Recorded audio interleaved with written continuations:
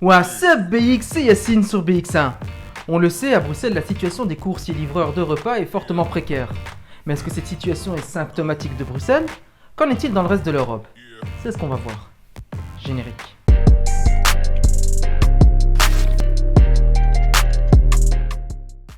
Beaucoup utilisent des services de plateforme de livraison de repas comme Deliveroo ou Uber Eats. Non, pas moi. Oh, tu sais bien, je me pète encore des snacks. C'est bien, sandwich poulet, sauce andalouse, salade tout, frites dedans. Ah, sur place, ça passe crème. Mais il faut savoir que les livreurs de ces plateformes ont un quotidien bien compliqué. Tout d'abord, il faut savoir qu'un livreur perçoit 4,95€ par course, peu importe la distance parcourue. Un montant instauré en 2020, alors qu'avant cette année-là, le coursier percevait 2,50€ par livraison, plus 1€ par kilomètre. On a donc l'impression que les coursiers perçoivent plus, mais pas forcément. Bruxelles est une petite ville, mais pas si petite que ça. Les kilomètres s'enchaînent rapidement, un livreur peut facilement faire 5, 6, 7 km pour une livraison, et au lieu de percevoir 7,50€ pour 5 km effectués, il n'en percevra que 4,95€. Autre élément important, pour être coursier chez Uber Eats ou Deliveroo, il faut soit être indépendant, soit travailler sous un statut peer-to-peer. Si un coursier indépendant peut gagner autant d'argent qu'il le peut, il est assujetti à son propre statut social et bénéficie d'un régime de sécurité sociale spécifique avec une cotisation qu'il doit verser tous les 3 mois. Par contre, le peer-to-peer, ou ce qu'on appelle aussi l'économie collaborative, ça, c'est un autre type de statut. Ce statut est entré en vigueur en 2018. Le travailleur n'est ni salarié, ni indépendant. Il est taxé à un peu plus de 10% de son salaire. Waouh, c'est cool hein. Mais en fait non, il faut savoir que ce salaire ne peut pas dépasser 6 390€ par an. Oui, vous avez bien entendu, 6 390€ par an.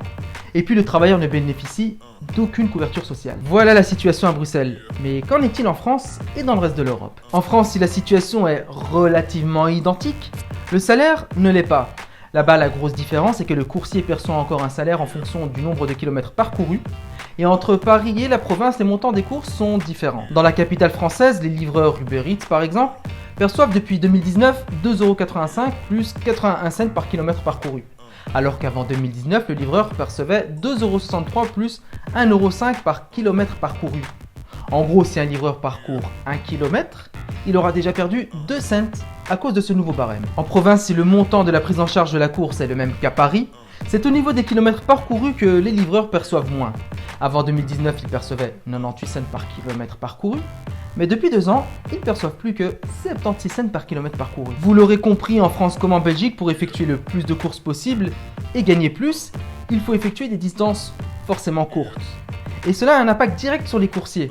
À Paris par exemple, 8 livreurs sur 10 effectueraient leur livraison en 2 roues motorisées.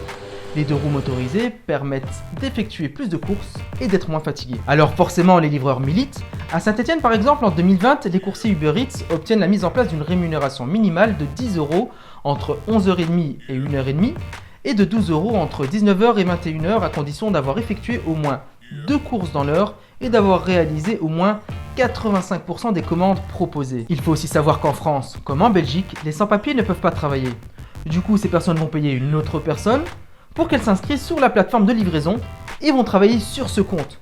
En échange, elles paient entre 70 et 100€ par semaine la personne qui s'est inscrite à leur place, rendant leur salaire encore plus misérable. Dans le reste de l'Europe, le statut des livreurs est une lutte acharnée entre les plateformes et les syndicats. Au Royaume-Uni, les syndicats tentent de faire reconnaître le statut des livreurs comme étant un statut d'employé. Et pour ça, des procédures judiciaires sont en cours. En Italie, les plateformes de livraison de repas avaient signé en septembre 2020 un accord avec un syndicat minoritaire qui prévoyait que chaque livreur était auto-entrepreneur, mais pouvait bénéficier de critères précis de rémunération et d'une assurance contre les accidents de travail. Finalement, cet accord n'est pas passé parce que les principaux syndicats voulaient inclure les congés payés et maternité. Et puis en février dernier, la justice italienne a ordonné aux plateformes Uber Eats, Deliveroo, Just Eat et Foodino Glovo d'engager en tant que salariés 60 000 livreurs qui ont travaillé pour ces 4 plateformes entre le 1er janvier 2017 et le 31 octobre 2020. Forcément, les sociétés visées ont fait appel. Mais, Eureka. Une avancée concernant la situation des livreurs est à mettre à l'actif du Danemark, de la Norvège et de la Suède. Dans ces 3 pays, la plateforme Foodora a signé des conventions collectives avec les syndicats, permettant notamment d'améliorer les salaires. Il faut savoir qu'un pays est allé encore plus loin et sort du lot, c'est l'Espagne. En mars dernier, le ministère du Travail annonce que le gouvernement et les partenaires sociaux sont parvenus à un accord. Cet accord prévoit d'introduire dans le code du travail une présomption de salariat pour les livreurs de repas à domicile. Fini donc l'entrepreneuriat, c'est la fête. Place au statut maintenant de salarié. Le texte prévoit un salaire fixe de 1200 € brut par mois, quel que soit le nombre de livraisons effectuées. Il prévoit aussi que les travailleurs ont droit à la protection sociale, une protection sociale que les employeurs cotiseront pour leurs travailleurs.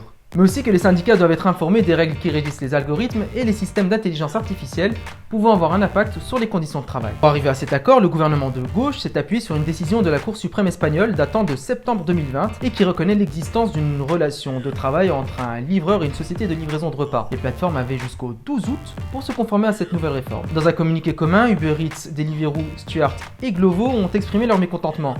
Pour eux, c'est du salariat forcé qui, je cite, met en danger un secteur qui apporte 700 millions d'euros au PIB national. Deliveroo a d'ailleurs annoncé son retrait du pays et le licenciement de plus de 3000 travailleurs. Voilà, cette vidéo touche à sa fin.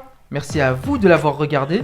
Si la situation des livreurs de repas à domicile s'améliore quelque peu dans certains pays, on le voit chez nous, c'est encore assez compliqué.